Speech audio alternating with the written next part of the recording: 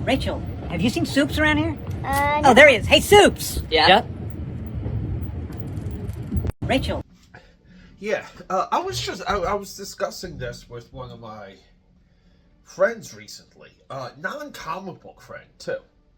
Just someone that, spends time on social media, knows I'm into the stuff. I had no idea who James Gunn was. Like, absolute no idea. So I explained the whole career arc, how James Gunn worked under Zack Snyder, Dawn of the Dead. But in a way, in my view, this Superman movie, it was coming through as James Gunn having to prove himself, finally. Which, I was discussing this with one of my friends recently. Non-comic book friend, too. Just someone that, spends time on social media, knows I'm into the stuff.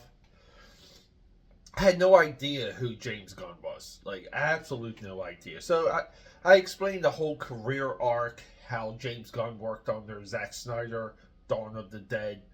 But in a way, in my view, this Superman movie, it was coming through as James Gunn having to prove himself, finally. Which is weird, and just overall, because to me, James Gunn proved himself with the Guardians of the Galaxy trilogy. Another great Marvel Cinematic Universe trilogy. You guys know I love the Iron Man trilogy. I love the Captain America one. I love the Thor. Even Thor: Dark World, guys. So I'm all in. I like that stuff. But no, he was asking me, like, why is James Gunn, you see more of James Gunn than you do the actors, you see more James Gunn than you see of the characters, we all know too much about the movie, but this guy with the white hair is all over the Superman movie. He thought, here's the crazy thing, he thought it was maybe like a relative or something of the creators of Superman. I said, no, that's the guy making the movie.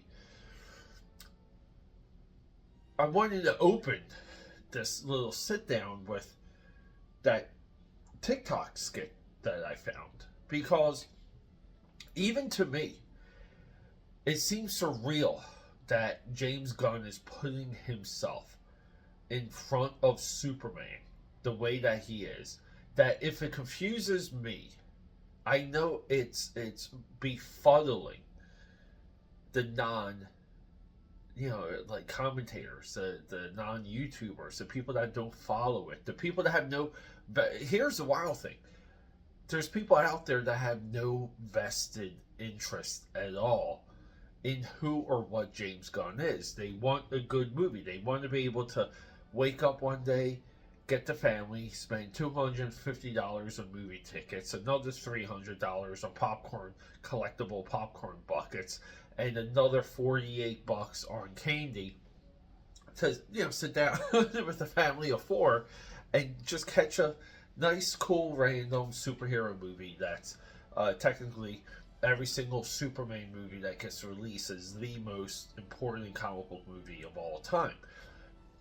But to me, in my view, the Superman character is fading in a very disturbing way, and that's going to be a subject of an upcoming video. But seeing, sometimes when you see things in the sphere that we're in, through another person's eyes, it raises questions and it raises alarms. I will always go back to it, to where one of my friends, he couldn't fathom why that this is during the BVS, the Zack Snyder Snyderverse. He couldn't fathom why Batman would fight Superman, and I had to explain it to him. I'm like, there's all kinds of good reasons, and there's moments that happen in animation and happens in comics, and it's a well that DC very often goes to. So why not? Why not just have that as a movie? And then we kind of see a lot of the reaction. We see the second week, the third week of that movie, and we get it. We get how the audience was receiving the movie. just for me, I know the context, I don't need it explained, but the general audience almost like rejected the notion of BVS, even though I love BVS. I love that extended cut.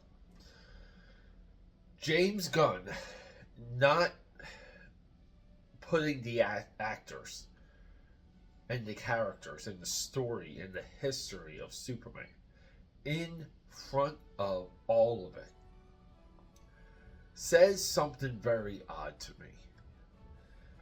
Do I want to sit down and watch a James Gunn Superman movie? Or do I want to sit down and watch Superman?